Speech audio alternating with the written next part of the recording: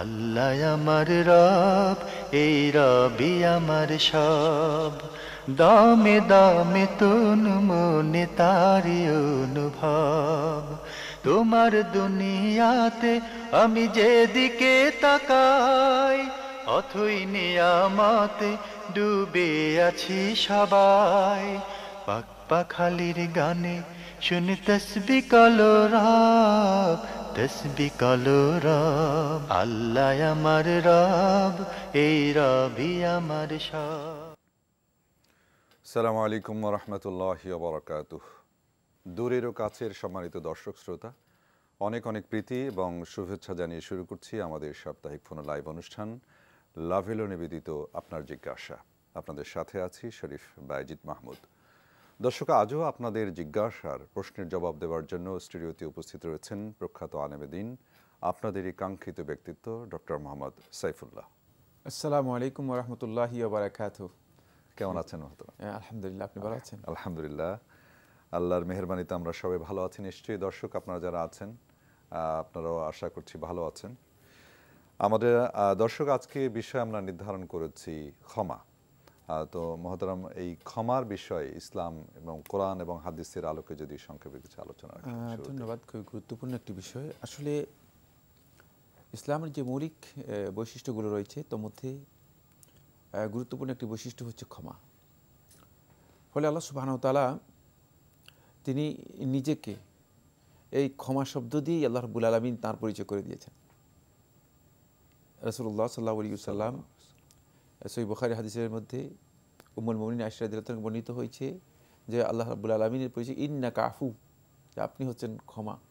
মানে আল্লাহ রাব্বুল আলামিন যে মানুষদেরকে ক্ষমা করবেন এবং ক্ষমার যে মানে বিশাল মর্যাদা রয়েছে সেটা যাতে করে আল্লাহর বান্দাগণ উপলব্ধি করতে পারে, এই জন্য আল্লাহ সুবহানাহু ওয়া তাআলার নামেই একটি হচ্ছে আফু, ক্ষমা। ক্ষমা।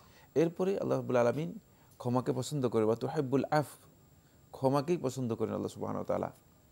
তারপরে ক্ষমাকে পছন্দ করেন তা নয়, আল্লাহ সুবহানাহু ওয়া তাআলা আল্লাহর বান্দাদেরকে ক্ষমা করার জন্য আল্লাহ সুবহানাহু ওয়া তাআলা নির্দেশ দিয়েছেন ফাফু আনহুম। রাসূল সাল্লাল্লাহু আলাইহি ওয়াসাল্লামকে যে সমস্ত নির্দেশ আল্লাহ রাব্বুল আলামিন কোরআনে কারীমের মধ্যে স্পেশালি দিয়েছেন, যেই নির্দেশের মাধ্যমে আল্লাহ নবী সাল্লাল্লাহু আলাইহি ওয়াসাল্লামের বিশেষত্ব উম্মতের উপর সাব্যস্ত হয়েছে, তার মধ্যে একটি হচ্ছে ফাফু আনহুম, যে আপনি তাদেরকে ক্ষমা করে দেবেন, তাদের কাছ থেকে তাদেরকে আপনি ছেড়ে দেবেন, তাহলে তারা আপনার প্রতি আকর্ষিত হবে এবং আপনার সাথে তারা সবচেয়ে বেশি সময় দিতে পারবে, সাহায্য নিতে পারবে। এটা হলো রাসূল সাল্লাল্লাহু আলাইহি ওয়াসাল্লাম যে নির্দেশ দিয়েছেন। এবার আমরা আসবো যেটি, সেটা হলো আল্লাহ সুবহানাহু ওয়া তাআলা আল্লাহর বান্দাদের কোরআনে কারীমের মধ্যে সর্বোচ্চ যে দুটি স্টেজ নির্ধারণ করে দিয়েছেন, এটা আমরা জানি। একটি হচ্ছে মুত্তাকিদের স্টেজ, যেহেতু কোরআনকে আল্লাহ রাব্বুল আলামিন হুদাল লিল মুত্তাকিন বলেছেন, বোঝা যাচ্ছে যে এটাই হচ্ছে মানে কমনলি আল্লাহর বান্দাদের জন্য সর্বোচ্চ একটা স্টেজ। এই স্টেজের সাথে স্পেশাল একটা মানে স্তর বা মর্যাদার কথা উল্লেখ করেছে, সেটা হচ্ছে দারজাতুল ইহসান আল মুহসিনিন, মুহসিনিনদের স্টেজ। আল্লাহ সুবহানাহু ওয়া তাআলা মুহসিনিনদের যেই বৈশিষ্ট্যগুলো, মানে তাকওয়ার অর্জন করার পর, ইমানদার ব্যক্তিগণ তাকওয়া অর্জন করার পর মুহসিনিনদের যে বৈশিষ্ট্যগুলো রয়েছে তার মধ্যে একটি বৈশিষ্ট্য আল্লাহ সুবহানাহু ওয়া তাআলা উল্লেখ করেছেন, সেটা হচ্ছে ওয়াল আফিনা আনিন নাসি, তারা মানুষদেরকে ক্ষমা করে দেবে, মানুষদেরকে ক্ষমা করে দেবে। এখান থেকে বোঝা যাচ্ছে যে এই ক্ষমার বিষয়টি আল্লাহ তাআলা তার রাসূলকে নির্দেশ দিয়েছেন এবং মুহসিনদের একটি বৈশিষ্ট্য এবং ইসলামের অত্যন্ত গুরুত্বপূর্ণ একটি বিষয়। ফলে যদি কোনো বান্দা সত্যিকার আল্লাহ রাব্বুল আলামিন তাকওয়া অন্তরের মধ্যে অর্জন করতে চায় অথবা ইনস্টল করতে চায়, তার জন্য অপরিহার্য হচ্ছে প্রথমে তিনি ক্ষমার স্টেজ থেকে অতিক্রম করে যাবেন। এটি আল্লাহ সুবহানাহু ওয়া তাআলা কোরআনে কারীমের সূরা আল মায়েদার মধ্যে বলেছেন, ওয়া আন তা'ফুহু আকরাবু লিত্তাকওয়া, যদি তোমরা সত্যিকার ক্ষমা করো তাহলে এটাই তোমাদের জন্য আকরাবু লিত্তাকওয়া, তাকওয়ার সবচেয়ে কাছের স্টেজ, একেবারে তাকওয়ার মানে কাছাকাছি তোমাদেরকে পৌঁছে দিবে। ফলে কোনো ইমানদার ব্যক্তি সত্যিকার তাকওয়ার যে মান রয়েছে সে মানে কোনোভাবেই তিনি উত্তীর্ণ হতে পারবেন না যতক্ষণ পর্যন্ত না তিনি ক্ষমা এর মাধ্যমে এই মানে ওই চরিত্র, এই বৈশিষ্ট্যকে নিজের মধ্যে অর্জন করতে সক্ষম হবেন না। জি, অনেক গুরুত্বপূর্ণ একটি বিষয় আপনি আলোচনা করছিলেন। এখন এই আপনি যে কোরআন এবং হাদিসের আলোকে যে ক্ষমা প্রসঙ্গে বললেন, আমরা যারা বান্দা, আল্লাহর প্রকৃত বান্দা, এক্ষেত্রে দেখা যায় যে আল্লাহর এই নির্দেশ এবং রাসূলের যে জি নির্দেশ, তার বাইরে গিয়ে আমরা অনেক সময় কিন্তু মানে এই ভূমিকাটায় থাকতে পারি না, এর বাইরে চলে যায় অনেক সময়। আমরা দেখা যায় যে আমাদের অধীনস্থদেরকে ছোট ছোট বিষয়ে এই ক্ষমার বিষয়টা আমরা মানে তাদেরকে আমরা কেন জানি ছাড় দিতে চাই না, এই বিষয়টা যদি একটু আসল বলতেন। কথা হচ্ছে এখানে দুইটি বিষয়। একটা হলো মানবিক দুর্বলতা মানুষকে মানে এই বিশাল উদার বৈশিষ্ট্য থেকে মানুষদেরকে দূরে সরিয়ে রাখে। জি যে মানুষ এর মধ্যে কিছু সৃষ্টিগতভাবে মানবিক দুর্বলতা রয়েছে। আর দ্বিতীয় যে বিষয়টি মানুষদেরকে সবচেয়ে বেশি ক্ষতিগ্রস্ত করে সেটা হচ্ছে যখন মানুষের মধ্যে অহংবোধ কাজ করে, প্রতিশোধ প্রবণতা মানুষের মধ্যে যখন বড় হয়ে যায়, জি তখন দেখা যায় যে তিনি আসলে ক্ষমা করতে পারেন না। কিন্তু আমরা সবাই চাই, মানে আমিও চাই, আপনিও চান, আরও অন্য যারা রয়েছেন সবাই চায় যে তাকে ক্ষমা করা হোক, জি কিন্তু তিনি ক্ষমা করতে চান না। এর অর্থ হচ্ছে আসলে এই বৈশিষ্ট্যটি খুবই মর্যাদাপূর্ণ। জি জি সবাই আমরা এই বৈশিষ্ট্য অর্জন করতে চাই, কিন্তু অর্জন করতে কোথাও না কোথাও প্রতিবন্ধকতা রয়েছে, বাধা রয়েছে। সেই বাধাগুলো যদি আমরা বুঝতে পারি তাহলেই আমরা ক্ষমার এই মানে আমরা উত্তীর্ণ হতে পারবো, এবং সেগুলো আমাদেরকে অবশ্যই জেনে নিতে হবে যে আসলে কোথায় কোথায় কি কি কারণে এই বাধাগুলো আমাদের জীবনের মধ্যে আসে। জি। এখন আমরা মানুষ হিসেবে এই বাধাগুলো যদি একটু নির্ণয় করতে পারি, যেমন আপনি একটা কথা পয়েন্ট বললেন যে অহংবোধ আমাদেরকে কাজ করে, জি জি যে আমি আমার অবস্থান সম্পর্কে নিজের ব্যাপারে খুব দৃঢ়, যে আমি এত বিত্ত বৈভবের মালিক, জি এত সম্পদের মালিক, আমার অধীনস্থদেরকে আমরা যেমন খুশি তেমন আচর করব, তাদের প্রতি যেমন খুশি তেমন ব্যবহার করব। এই যে অহংবোধটাই কিন্তু আমাদের অথচ আল্লাহ রাব্বুল আলামিন এই বিষয়ে সতর্ক করেছেন আমাদের। জি জি। তো এই বিষয়টা যদি আরেকটু বিস্তারিত বলতেন আর কি। রাসূলুল্লাহ সাল্লাল্লাহু আলাইহি ওয়াসাল্লামের একটি হাদিস বর্ণিত হয়েছে, আল্লাহ নবী সাল্লাল্লাহু আলাইহি ওয়াসাল্লাম বলেছেন ওয়া'ফু আম্মান যালামাকা, তাকে তুমি ক্ষমা করে দাও যে তোমার উপর জুলুম করেছে, যে তোমার উপর অত্যাচার করেছে। এখান থেকে বোঝা যাচ্ছে যদি কোনো ব্যক্তি মানে জুলুম করার পরে তাকে ক্ষমা করার কথা বলা হয় তাকে, জি তাহলে যে ব্যক্তি জুলুম করে নেই, অন্যায় মানে করে নাই, জি তাহলে তাকে ক্ষমা করার বিষয়টি মানে একেবারেই কমন বিষয় এবং মানুষের স্বভাবজাত একটি বিষয় হওয়া উচিত। আর আল্লাহ সুবহানাহু ওয়া তাআলা বান্দাদের অবাধ্যতাকে আল্লাহ রাব্বুল আলামিন এমনভাবে ক্ষমা করেন যে আল্লাহ সুবহানাহু ওয়া তাআলা কোনোভাবেই বান্দাদের প্রতি আল্লাহ রাব্বুল আলামিন জুলুম করেন না, বরং জুলমকে যাতে করে আল্লাহ সুবহানাহু ওয়া তাআলা বান্দাদের ক্ষমা করতে পারেন, আল্লাহ রাব্বুল আলামিন জুলমকে পরিপূর্ণরূপে নিজের উপর হারাম করে নিয়েছেন। এটাই প্রমাণ করে যে আল্লাহ রাব্বুল আলামিন বান্দাদেরকে কীভাবে ক্ষমা করবেন। এখানে যে জিনিসটুকু মানুষের মধ্যে আসে সেটা হলো এই মানুষের নেফসানিয়ত যেটাকে বলা হয় থাকে, সেটা হলো তার যেই মানে সত্তার যে একটা প্রভাব, মানে তার মধ্যে ব্যক্তিত্বের যে একটা প্রভাব, এই প্রভাবটুকু যখন সে নিজেকে বিভিন্ন দিক থেকে মনে করে যে আমি অমুখাপেক্ষী, মানে আমি কারো কাছেই মুখাপেক্ষী নই, মানে সেটা সম্পদের দিকে হতে পারে, সেটা সন্তান সন্ততির দিকেও হতে পারে, বিভিন্ন ধরনের আধিক্যের যে দিকগুলো আছে যেগুলোর মাধ্যমে মানুষ ক্ষমতার দিকে দাপটের দিকে হতে পারে, এই দিকগুলো থেকে যদি কোনো মানুষ মানে তার মধ্যে এই উপলব্ধি আসে যে সে মনে হচ্ছে যেন তার মানে কোনো ধরনের এই অভাব নেই, কোনো ধরনের মুখাপেক্ষিতা নেই, সেখানে গিয়ে তার এই তগিয়ানটা, তার নফসটা, সেখানে ইগোটা লার্জ হওয়া শুরু করে, বেশি হয়, এটা লার্জ হওয়া শুরু করে, বড় হওয়া শুরু করে। এটা আল্লাহ সুবহানাহু ওয়া তাআলা কোরআন কারীমের এই সূরাত আলাকের মধ্যে বলে দিয়েছেন, কাল্লা ইন্নাল ইনসানা লায়াতগা, কখনো না, নিশ্চয়ই মানুষ লায়াতগা, সীমা লঙ্ঘন করে যাবে, লার্জ হবে। জি তাকে বলা হয় তাকে মানে যে জিনিসটা ফুলে ফুলে বেড়ে যায়, খুব বুঝলেন কোরআন কারীমের যেই মানে এইগুলো এক্সপ্রেসগুলো সিস্টেম আল্লাহ তাআলা যে বর্ণনা দিয়েছেন সেগুলো এত সুন্দর যে বোঝার বিষয় রয়েছে। এটা ফুলে বড় হয়ে যাচ্ছে, লায়াতগা, মানুষ এই তার এই সত্তাটা, তার ব্যক্তিত্বটা মানে তগিয়ানের দিকে চলে যায়, এটা বেড়ে যায়, ফুলে যায়, বড় হয়ে যায়, লার্জ হয়ে যায়। কখন? আন রাআহু ইসতাগনা, যখন সেটা দেখতে পায় যে আন রাআহু ইসতাগনা, সে দেখতে পায় যে আমি তো অমুখাপেক্ষী, আমার কি আর, সবই তো আছে, কে আমাকে ঠেকাতে পারে, কে আমার উপর কর্তৃত্ব করতে পারে, আমার সমস্ত পাওয়ার আমার কাছে, তখনই সে স্বৈরাচার হয়ে ওঠে, তখন সে সীমালঙ্ঘন করে, মানে এমন পর্যায়ে চলে যায় যে পর্যায়ে গিয়ে তখন আর তার কাছে ক্ষমা মানে এটা মানে উদারতার সেই মানে সে থাকে না।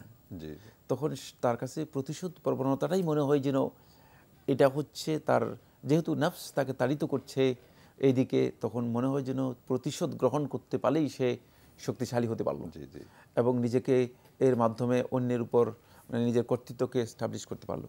কিন্তু না, আল্লাহ এবং তার রাসূল, কোরআন এবং সুন্নাহ যে নির্দেশনা, সেটা হচ্ছে কোনো মানুষ যদি ক্ষমার মাধ্যমে আগায়, তাহলে সে ব্যক্তি কেবলমাত্র মানে নিজেকে অন্যদের কাছে বড় করে তুলতে পারে, বড় করে তুলতে পারে।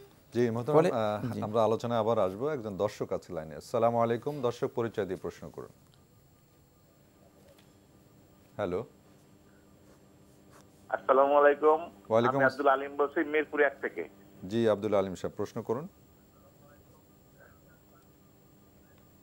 আমি ফোন দিচ্ছি, আমার ছেলের নাম সাব্বির হাসান আলভী। এখন এই সাব্বির হাসান আলভী নামটা ইসলামিক শরিয়া অনুযায়ী কতটুকু ভালো, মানে এই জন্য আমি ফোন দিলাম। আচ্ছা, জি ধন্যবাদ। কিন্তু আমার ছেলে সহিষ্ঠুই বলতেছে যে বাবা আমার নামটা চেঞ্জ করে মানে আব্দুল্লাহ আনাস রাখো। আচ্ছা, এখন আব্দুল্লাহ আনাস আমার ইচ্ছা, এখন ডাকনাম আগে হয়ে গেছে সাব্বির হাসান আলভী, এখন কোনটায় আমি যাব? আচ্ছা, জি ধন্যবাদ আপনাকে প্রশ্ন করার জন্য। মোহতারাম, যদিও আমরা এখানে নামের বিষয়টা এরকম আলোচনা আনি না, তারপরেও যেহেতু উনি ওনার সন্তানের নাম সাব্বির হোসেন আলভী, এটা মোটামুটি প্রতিষ্ঠিত। এখন ওনার ছেলেও চাচ্ছেন আব্দুল্লাহ আনাস বা এরকম একটা নাম বললেন। তো এখন এই সংকটের থেকে উত্তরণের উপায় কি ওনার? এই নামের পরিবর্তনের কোনো প্রয়োজন আছে বলে আমি মনে করি না। 2 নম্বর বিষয় হচ্ছে এভাবে যদি নাম মানে সবার চয়েসের উপর দিয়ে দেন, তাহলে নামকরণ শেষ পর্যন্ত আর হবেই না। কারণ কয়দিন পরে আরেক নাম চয়েস করা হবে, এর কয়দিন পরে তিনি মনে করবেন যে আজকে আব্দুল্লাহ আনাস পছন্দ হয়েছে, আগামীকাল না মানে আব্দুর রহমান লাবিব পছন্দ হবে, ইত্যাদি ইত্যাদি। সুতরাং এটি খুব বেশি ইম্পর্টেন্ট বিষয় নয়। পরিচিতির জন্য যে নাম রেখেছেন এটি সঙ্গত, বৈধ, জায়েজ, সুতরাং এটাকে পরিবর্তন করা কোনো প্রয়োজন আছে বলে আমি মনে করি না। জি ধন্যবাদ। দর্শক আসসালামু আলাইকুম, পরিচয় দিয়ে প্রশ্ন করুন। আসসালামু আলাইকুম। ওয়ালাইকুম আসসালাম ওয়া রাহমাতুল্লাহ। জি, মিসবাহুল বলছি কুমিল্লা থেকে। জি জি, আমার প্রশ্ন হচ্ছে বিবাহ সম্পর্কে। হুজুরের কাছে আমার প্রশ্ন যে আমার প্রতিবেশীর স্ত্রী, সে একজন ছেলের সঙ্গে সম্পর্ক করে দ্বিতীয় স্বামী গ্রহণ করছে সম্পর্কের মাধ্যমে, এবং সেখানে কিছুদিন ঘর সংসারের পর তার বাবা মা তাকে পুলিশ দ্বারা জোর করে নিয়ে আসে। ওখানে ডিভোর্স করার পর 8 মাস অতিবাহিত হওয়ার পর আবার প্রথম স্বামীর কাছে দিয়ে দিছে বা বিবাহ দিয়ে দিছে। এই অবস্থানতে প্রথম স্বামীকে স্ত্রী নিয়ে ঘর সংসার করা, এটা কি শরীয়ত সম্পন্ন কতটা জায়েজ হচ্ছে, বা কিভাবে তাকে নিলে শরীয়ত সম্মতভাবে জায়েজ হবে? জি জি, ধন্যবাদ। দর্শক মোহতারাম, আপনার কি এই বিষয়ে কোনো কোয়ারি আছে? না, আমার কোয়ারি নেই। প্রথম কোয়ারি হচ্ছে সেটা হলো মানে এই ভাইয়ের যে প্রশ্নটি করেছেন, প্রশ্নটি কোনো সন্দেহ নেই, সংশ্লিষ্ট ব্যক্তিদের জন্য এটি খুবই ইম্পর্টেন্ট প্রশ্ন, কিন্তু এই ভাইয়ের জন্য এটা মোটেও ইম্পর্টেন্ট প্রশ্ন নয়। মানে অন্যের স্ত্রী কিভাবে কি হয়েছে এগুলো নিয়ে ব্যস্ত হওয়া এটি হারাম কাজ। এই ভাইয়ের মাধ্যমে আমি গোটা দর্শক মণ্ডলীকে এই বিষয়ে বলতে চাই যে এই ধরনের প্রশ্ন বা এই ধরনের বিষয়ে নিজেকে ইনভলভ করবেন না, সম্পৃক্ত করবেন না, এই হারাম কাজের মধ্যে নিজেকে সম্পৃক্ত করবেন না। এটা আমাদের দায়িত্বের মধ্যে পড়ে না। জি, কনসার্ন ব্যক্তি যিনি রয়েছেন তিনি তার মাসআলা জেনে নেওয়ার জন্য চেষ্টা করবেন। তাই এই ভাইকে আমি অত্যন্ত বিনীতভাবে এই কথা দৃষ্টি আকর্ষণ করব যে আসলে এই কাজটি আপনি যথার্থ করেননি, শুদ্ধ করেননি। জি, বাকি এখানে যে পদ্ধতির কথা আপনি উল্লেখ করেছেন, এই পদ্ধতির মধ্যে মানে প্রথম স্বামী তার স্ত্রীকে নিয়ে গড় সংসার করতে কোনো ধরনের বাধা নেই, শরআন জায়েজ, এতে কোনো ধরনের সমস্যা নেই। জি ধন্যবাদ। দর্শক, আসলে এটা আপনি গুরুত্বপূর্ণ কথা বলেছেন যে আমরা অনেক সময় অন্যের চর্চা এত করি যে নিজেকে ভুলে যাই। আমাদের নিজেদের প্রবলেমে আমাদের মনোনিবেশ হওয়া উচিত, করা উচিত। দর্শক যিনি এই মুহূর্তে লাইনে আছেন, পরিচয় দিয়ে প্রশ্ন করুন। আসসালামু আলাইকুম। ওয়ালাইকুম আসসালাম। আসসালামু আলাইকুম। ওয়ালাইকুম আসসালাম। জি, কি বলছেন? জি, আমি চট্টগ্রাম থেকে মোহাম্মদ হাবিব বলছিলাম। জি হাবিব ভাই, প্রশ্ন করুন। আমার প্রশ্ন হচ্ছে, আমি একটা আলেমের মুখে শুনছি ওই রোববার এবং বৃহস্পতিবারে মানুষ মারা গেলে নাকি ওই রুটা মানুষের আত্মীয় স্বজনের ঘরের মধ্যে আসে, ওটা কতটুকু সত্য কোরআন হাদিস দিয়ে একটু বলুন। আচ্ছা, ঠিক আছে। যে মোহতারাম, উনি শুনেছেন কোনো এক আলেমের কাছে রোববার বা বৃহস্পতিবারের কথা বললেন কিনা? জি, বৃহস্পতিবার বলেছেন। মারা গেলে ওই রুহ মানে কি ঘরের মধ্যে আত্মা ঘুরে, এরকম একটা শুনেছেন? না, এই ধরনের বক্তব্য সঠিক নয়। কোনো আলেম যদি বলে থাকেন, তিনি তার ব্যক্তিগত পুঁজি থেকে বলেছেন, কোরআন এবং হাদিস থেকে নয়। জি, সুতরাং এই ধরনের বক্তব্য বলা বা দেয়া হারাম, এটি মোটেও গ্রহণযোগ্য কথা নয়। জি। দর্শক যিনি এই মুহূর্তে আমাদের সঙ্গে আছেন, পরিচয় দিয়ে প্রশ্ন করুন। হ্যালো, হ্যালো, আসসালামু আলাইকুম। জি, সম্ভবত কেটে গেছে। জি মোহতারাম, আমরা প্রসঙ্গে আপনি বলছিলেন যে অহমিকা যখন মানুষকে পেয়ে বসে। জি, আমরা এখানে আরও কয়েকটি গুরুত্বপূর্ণ বিষয় বলবো ক্ষমা সম্পৃক্ত। সেটা হচ্ছে ক্ষমার এই যে গুণটি, এটা যখন মানুষের মধ্যে আসবে, তখন একজন মানুষ ব্যক্তি জীবনে তিনি সত্যিকার বিনয়ী হতে পারবেন। মানে তার আচরণটাকে তিনি বিনয় করতে পারবেন। তার এই মানে অহংকার যেই ইচ্ছা অথবা মানে প্রতিশোধ প্রবণতা যেটি, এটা আস্তে আস্তে করে কমে আসবে, এটি কমে যাবে। এর মাধ্যমে তিনি গুরুত্বপূর্ণ তিনটি মর্যাদা লাভ করবেন, যেটা আমরা কোরআন এবং হাদিস থেকে একেবারে স্পষ্ট জানতে পেরেছি। সেটা হলো তিনি মানুষের ভালোবাসা, আল্লাহর ভালোবাসা এবং আল্লাহ রাসূলের ভালোবাসা লাভ করতে পারবেন। এটা এমন একটি বৈশিষ্ট্য, যে বৈশিষ্ট্যের মাধ্যমে মানুষের ভালোবাসা তিনি লাভ করতে পারবেন। আপনি যারাই এই বিষয়টি লক্ষ্য করেছেন, তারা দেখতে পেরেছেন যে মানুষ ওই ব্যক্তিকে সবচেয়ে বেশি ভালোবাসেন যিনি মানে কোথায় কোথায় কাজে কাজেই মানে লোকদেরকে আটকানো অথবা লোকদেরকে ধরা অথবা লোকদের মানে প্রতিশোধ নেওয়ার জন্য চেষ্টা করা, তাদের প্রতি মানুষের একটা স্বাভাবিকভাবেই আন্তরিক যেই ভালোবাসাটুকু সেটি থাকে না। যদিও অফিসে হয়তো দায়িত্বের কারণে, পোস্টের কারণে, পদমর্যাদার কারণে তারা অফিসে তাদেরকে সম্মান করে, কিন্তু ওই আন্তরিক যে সম্মান, আন্তরিকতার সাথে যে সম্মান, ভালোবাসার সাথে যে সম্মান, সেটি মানুষের মধ্যে আসে না। জোর করে এস্টাবলিশড করা যায়, মানুষের মধ্যে সেটাকে জোর করে প্রতিষ্ঠা করা যায়, কিন্তু মানুষ সেটাকে গ্রহণ করেন, আন্তরিকতা দিয়ে গ্রহণ করেন। এখানে আবার আসবো, দর্শক আছেন। দর্শক আসসালামু আলাইকুম, পরিচয় দিয়ে প্রশ্ন করুন। হ্যালো, আসসালামু আলাইকুম। ওয়ালাইকুম আসসালাম। কে বলছেন দর্শক থেকে? আমার নাম আমিনুল ইসলাম, ঢাকা থেকে বলছি। জি আমিনুল ইসলাম ভাই, প্রশ্ন করুন। আমার প্রশ্নটা হলো কি, যে আমাদের মসজিদে এই জুমার নামাজে ইমাম সাহেব আপনার ওই কোরাস করে আপনার যে এই জিকির করেন, যেটা কোরাস করে সবাই মিলে, জি জি, মাঝে মাঝে নিজে না বলে ওঠেন মুসল্লিদেরকে জোরে বলুন, আরো জোরে, এরকম। আবার ওই জোরে সরে ওইভাবেই পড়েন, জি জোরে কোরাস করে, মানে সবাই মিলে একসাথে। জি, এটা কি শরীয়ত সম্মত নাকি সুন্নাহ সম্মত, আমি একটু জানতে চাচ্ছি। ওকে, ধন্যবাদ। আর কোনো প্রশ্ন আছে দর্শক আপনার? আচ্ছা, জি ধন্যবাদ আপনাকে। মোহতারাম, আপনি প্রশ্ন পেয়েছেন যে আসলে আমাদের মসজিদগুলোতে এরকম ঘটনা আছে যে জিকির করান ইমাম সাহেব বা খতিব সাহেব, এবং বলেন যে জোরে পড়েন, আরো জোরে কোরাস পড়ান। উনি খুব ভালো শব্দ এটা বলেছেন, কোরাস জিকির করান। চমৎকার একটা, ধন্যবাদ আপনাকে। কোরাস জিকির করেন এবং জোরে করুন, আরো জোরে বলুন। এই বিষয়টা আসলে না, এটাই সুন্নাহ সম্মত নয়। সুন্নাত তো প্রশ্নই আসে না, বরং শরীয়ত সম্মত নয়। একটা হচ্ছে সুন্নাহ সম্মত, আর একটা হচ্ছে শরীয়ত সম্মত। আপনি কোরআন কারীমে সূরা আরাফের 205 নম্বর আয়াত দেখেন, আপনার কাছে স্পষ্ট হবে। 55 নম্বর আয়াত দেখেন, দুই জায়গাতেই আল্লাহ সুবহানাহু ওয়া তাআলা জিকির এর পদ্ধতি কী হবে একেবারে স্পষ্ট করে উল্লেখ করে দিয়েছেন। সুতরাং জিকিরের সর্বোচ্চ পদ্ধতি হচ্ছে যেটা, সেটা হলো দুনাল জাহরি মিনাল কাউল। স্বাভাবিকভাবে আমরা যে কথা বলে থাকি, এর চেয়ে উচ্চ আওয়াজে জিকির হবে না। একেবারে আল্লাহ তাআলা এর মানে কতটুকু সাউন্ড হবে, ভলিউমটা কি হবে, কোরআনের মধ্যে স্পষ্ট করে দিয়েছেন। সুতরাং জোরে জোরে, আরও জোরে কোরাজ করা, এগুলো একেবারেই শরিয়া সম্মতই নয়, সুন্নাহ সম্মত তো প্রশ্নই আসে না।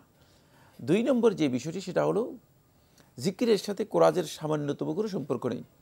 জিকির ব্যক্তিগত ইবাদত, সুতরাং যদি কেউ এটাকে কোরাজ অথবা সম্মিলিত ভাবে গ্রহণ করার জন্য চেষ্টা করে থাকে, তাহলে তিনি নবী সাল্লাল্লাহু আলাইহি ওয়াসাল্লামের সুন্নাহ থেকে বেরিয়ে গেলেন। তাই এই কাজটি সুন্নাহ সম্মত নয়, বরং এটি বেদাত হবে, যেটি আল্লাহ রাসূল সাল্লাল্লাহু আলাইহি ওয়াসাল্লাম হাদিসের মধ্যে বলেছেন, মান আহদাসা ফি আমরিনা হাযা মা লাইসা মিনহু ফাহুয়া রাদ্দ, যে আমাদের এই দ্বীনের মধ্যে নতুন কিছু সংযোজন করলো, তৈরি করলো, যেটা আমাদের অনুমোদন নেই, এমন কাজকে নতুন করে দ্বীনের মধ্যে দ্বীন হিসেবে, ইবাদত হিসেবে চালু করে দিল, ফাহুয়া রাদ্দুন, সেটা প্রত্যাখ্যাত, সেটা মোটেও গ্রহণযোগ্য নয়। তাই কাজটি একেবারেই প্রত্যাখ্যাত, দ্বীনের মধ্যে সবচেয়ে নিকৃষ্টতম কাজ।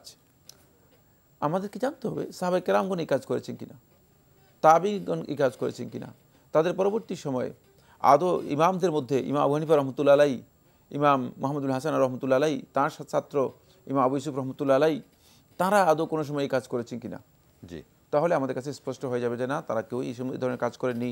তাই এই ইমামের যেই আমলটুকু উল্লেখ করেছেন এটি মোটেও সুন্নাহ সম্মত নয়। জি, ধন্যবাদ। দর্শক, আশা করছি আপনার উত্তর পেয়েছেন। আসসালামু আলাইকুম। দর্শক যিনি আছেন লাইনে এই মুহূর্তে, পরিচয় দিয়ে প্রশ্ন করুন। আমি চিটাং থেকে নওশাদ বলছি। জি, নওশাদ ভাই, প্রশ্ন করুন। আমার প্রশ্ন হচ্ছে যে আমাদের এই শহরে অনেক মহিলারা আছে, যারা আমরা মা বোনরা সবাই একাত্রে মিলে তাবলিগ করে, এই তাবলিগ সম্বন্ধে ইসলামে কোনো কি মতামত? জি, আর কোনো প্রশ্ন আছে আপনার? না, শুধু আমি এই একটাই প্রশ্ন। না, জি, ধন্যবাদ। যে মোহতারাম, ওনাদের শহরে অর্থাৎ চিটাগাংয়ের ভাই উনি নওশাদ, উনি বলেছেন যে ওনাদের শহরে মহিলারা মিলে যৌথভাবে তাবলিগ বের হন। তো তাবলিগের এই বিষয়ে কি ইসলামের বিধান কি? ধন্যবাদ, এবারকে খুব গুরুত্বপূর্ণ প্রশ্ন করেছেন। তাবলিগ তো ইসলামের মধ্যে খুবই গুরুত্বপূর্ণ একটি কাজ। বাল্লিগু আন্নি ওয়ালাউ আয়া, যে একটি আয়াতও যদি তোমাদের কাছে জানা থাকে সেটা পৌঁছে দাও, আমার পক্ষ থেকে তোমরা পৌঁছে দাও। অন্য আয়াতের মধ্যে আল্লাহ সুবহানাহু ওয়া তাআলা বলেছেন, ইয়া আইয়ুহার রাসূল বাল্লিগ মা উনজিলা ইলাইক ফাইন লাম তাফআল ফামা বাল্লাগতা রিসালাতাহ, হে রাসূল সাল্লাল্লাহু আলাইহি ওয়াসাল্লাম, আপনার কাছে যা অবতীর্ণ হয়েছে তা আপনি মানুষের কাছে পৌঁছে দিন। তাই তাবলিগ ইসলামী শরীয়তের মধ্যে ফরজ কাজ, এটা একেবারে স্পষ্ট কথা, এর মধ্যে কোথাও কোনো ধরনের গুঞ্জাইশ নেই, এটাকে কেউ অস্বীকার করার মতো সামান্যতম কোনো সুযোগ নেই। এরপরে তাবলিগের কন্টেন্ট কী হবে সেটাও আল্লাহ তাআলা কোরআনের মধ্যে বলে দিয়েছেন, মা উনজিলা ইলাইক, সেটা হতে হবে কোরআন এবং সুন্নাহ। কোরআন এবং সুন্নাহ ছাড়া অন্য কিছু যদি কেউ তাবলিগ করেন তাহলে তিনি এই তাবলিগের এই দায়িত্ব তিনি পালন করেন নেই। ফাইন লাম তাফআল ফামা বাল্লাগতা রিসালাতাহ, তাহলে বোঝা গেল যে এই আয়াতের মধ্যে এই কথা রয়ে গিয়েছে। কোরআন এবং সুন্নাহর বাইরে গিয়ে যদি কেউ নিজের মন গড়া কথা অথবা কোনো ব্যক্তির বক্তব্য অথবা কোনো দলের বক্তব্য সেটা যদি প্রচার করেন তাহলে তার এটা তাবলিগই নয়। এটাও ওইখানে কন্টেন্ট কী হবে, এর বিষয়বস্তু কী হবে, সেটা একেবারে স্পষ্ট করে বলে দেওয়া হয়েছে। 3 নম্বর যে পয়েন্টটি সেটা হলো তাবলিগের ধরন নারীদের জন্য এটা ইসলাম কিভাবে কনসিডার করেছে সেটা আমাদেরকে জানতে হবে। সেই পদ্ধতি যদি ইসলামিক শরিয়া অনুযায়ী না হয়ে থাকে, এখানে তিনি এই বিষয়টা আমাদেরকে স্পষ্ট করেননি বা স্পষ্ট হয়নি, সেটা হচ্ছে যে এখানে কি পদ্ধতিতে তারা এই কাজটি করে যাচ্ছেন, সেটা যদি শরিয়া কনসিডার করে না এমন কোনো পদ্ধতিতে হয়ে থাকে তাহলে এই কাজটি কোনোভাবেই ইসলাম অ্যালাউ করবে না। তাই পদ্ধতি কিন্তু কী থাকতে হবে, শরিয়া কনসিডার করে এই ধরনের পদ্ধতি হতে হবে। সর্বশেষ যে কথাটি এখানে বলবো সেটা হচ্ছে এটি শুধুমাত্র দাওয়াত ইলাল্লাহের জন্য হবে, আল্লাহর দিকে মানুষদেরকে আহ্বান করার জন্য, কোনো দল, গ্রুপ, উপদল এর জন্য নয়। যদি কোনো সুনির্দিষ্ট দলের জন্য হয়ে থাকে তাহলে এই কাজটি হারাম হবে। আমি মনে হচ্ছে মূল কথা যেটি সেটা স্পষ্ট করে দিয়েছি, সেটা হচ্ছে যদি সুনির্দিষ্ট কোনো দলের জন্য হয়ে থাকে তাহলে এটি ইসলামী শরীয়তের মধ্যে জায়েজ নেই। আল্লাহ এবং তার রাসূলের জন্য অথবা দাওয়াত ইলাল্লাহের জন্য যদি হয়ে থাকে তাহলে এই কাজটি করতে ইসলামী শরীয়তের মধ্যে কোনো বাধা নেই। অর্থাৎ কোরআন এবং হাদিসের আলোকে হতে হবে সেই দাওয়াতি কাজটা। আলোকে নয়, বিষয়বস্তুই তো দেওয়া রয়েছে, বিষয়বস্তু হচ্ছে কোরআন এবং হাদিসকে। জি, ধন্যবাদ। আমরা দর্শক ভাই নওশাদ আলম, আশা করছি যে আপনি আপনার প্রশ্নের উত্তর পেয়েছেন। মোহতারাম, আমরা আলোচ্য বিষয়ে আবার ফিরে আসি। আপনি যে বিষয়ে বলছিলেন ক্ষমা প্রসঙ্গে, আমরা প্রথম পয়েন্টে আলোচনা করেছিলাম, দ্বিতীয় পয়েন্টে যাব, সেটা হচ্ছে মোহতারাম একটু ইন্টারাপ্ট করছি, দর্শক আছে। জি, আসসালামু আলাইকুম। দর্শক পরিচয় দিয়ে প্রশ্ন করুন। জি, আসসালামু আলাইকুম। আমরা মাসুম চিটাং থেকে বলছিলাম। হ্যালো, জি, আপনার নামটা শুনতে পারিনি, আবার বলবেন কষ্ট করে। আমার নাম মাসুম, আমি চিটাং থেকে বলছিলাম। জি, মাহফুজ আলম ভাই, প্রশ্ন করুন। খুব ভালো লাগছে আপনাদের জীবনধর্মী একটা অনুষ্ঠান। ডক্টর হুজুরের কাছে একটা প্রশ্ন হচ্ছে, আমাদের ধর্মে এই যে মানে মানে বিভিন্ন ধরনের বিভেদ, হ্যাঁ, কেউ ওয়াহাবি, কেউ সুন্নি, কেউ এক তার মাযহাবে বিভিন্ন করে, তারপর শিয়া সুন্নির ব্যাপার আছে, এগুলো কিন্তু বিধর্মীদের কাছে ওরা অন্যভাবে এটাকে করে যে আমাদের ধর্মে এত বিভেদ। হ্যাঁ, তো আসলে আমরা তো আসলে কম জানি, এটা একটা ব্যাপার, একটু যদি বলতেন। আরেকটা জিনিস হচ্ছে এই যে মানে শিরিক এবং বিদআত, এখন আমাদের এই এলাকায় দেখা যাচ্ছে যে বিভিন্ন মাজারের কেন্দ্রিক মানে ধর্মটা পালন করছে। যেমন এই সাবকন্টিনেন্টে আমি ইন্ডিয়া গেছি, আমাকে একজন বলতেছে আমি মুসলিম, আমি ইয়েস মুসলিম, আপনি কি অমুক দরগাতে গিয়েছেন? মানে তাদের কথা হচ্ছে যে ওই জায়গাটা মানে আমাদের তীর্থ, মানে ওই মাজারটা মানে আজমির বা যেটাই বলেন, আমি বলছি না, ওটাই যেন আমাদের তীর্থ। ইন্ডিয়ানরা এইভাবেই জি আসলে তো আমাদের ধর্ম সম্বন্ধে খুব মানে কম, লেখাপড়া কম, বা আমাদের জি জি আপনার জি মানুষ কিন্তু এক একজন এক এক ভাবে এই যে ধর্মটা পালন করছে। মানে এখানে যেমন ধরেন মানে এই বিষয়ে তো আপনার কোরআন এবং হাদিসের বক্তব্যকে এটাই তো জানতে চাচ্ছেন নাকি? জি ধন্যবাদ ভাইয়া, আপনাকে দুটি গুরুত্বপূর্ণ বিষয় তুলে ধরেছেন। মোহতারাম উনি প্রশ্ন করেছেন যে চিটাগংয়ের ভাই মাহফুজ আলম সম্ভবত, উনি বলেছেন যে আমাদের এখানে যে ধর্মীয়ভাবে বিভিন্ন বিভেদ, শিয়া সুন্নি, বিভিন্ন মাযহাব ইত্যাদি, এই বিষয়টা তো ওনাকে খুব কষ্ট দেয় এবং আমাদের ইসলামের বিরোধীদেরকে এইটা একটা খোরাক, একটা সাবজেক্ট যে এই বিভেদটাকে কিভাবে জিয়ে রাখে, এই বিষয়ে ইসলামের বিধান কি যদি সংক্ষেপে বলতেন। ধন্যবাদ, খুবই গুরুত্বপূর্ণ বিষয় উল্লেখ করেছেন। প্রথম কথা হচ্ছে ইসলামে বিভেদ অথবা বিভক্তি অথবা বিচ্ছিন্নতা অথবা দলাদলি অথবা গ্রুপিং এটাকে হারাম করা হয়েছে। ওয়াতাসিমু বিহাবলিল্লাহি জামিআন ওয়া লা তাফাররাকু, আল্লাহ সুবহানাহু ওয়া তাআলা ইরশাদ করেন যে তোমরা আল্লাহর রজ্জুকে মজবুত করে আঁকড়ে ধরো। ওয়া লা তাফাররাকু, তোমরা ফিরকাবন্দিতে লিপ্ত হও না, গ্রুপে দলে লিপ্ত হও না। তাফাররুক এর দুটি অর্থ, একটি হচ্ছে বিভিন্ন দল উপদলে বিভক্ত হওয়া, আরেকটি হচ্ছে তাফাররুক হচ্ছে মূল মানে একত্র থাকা থেকে বিচ্ছিন্নতা গ্রহণ করা। বিচ্ছিন্ন হওয়াও হারাম, আবার দলাদলি করাও হারাম। ইসলামী শরীয়তের মধ্যে এটি হারাম। এই যে সুস্পষ্ট হারামের নির্দেশনার পরেও মুসলিম উম্মার এই যে বিভেদের কথা বলেছেন, বিভক্তির কথা বলেছেন, এর কারণ হচ্ছে এটি হবেই, অবধারিত একটি বিষয়। মানে এখান থেকে বাঁচার কোনো উপায় নেই।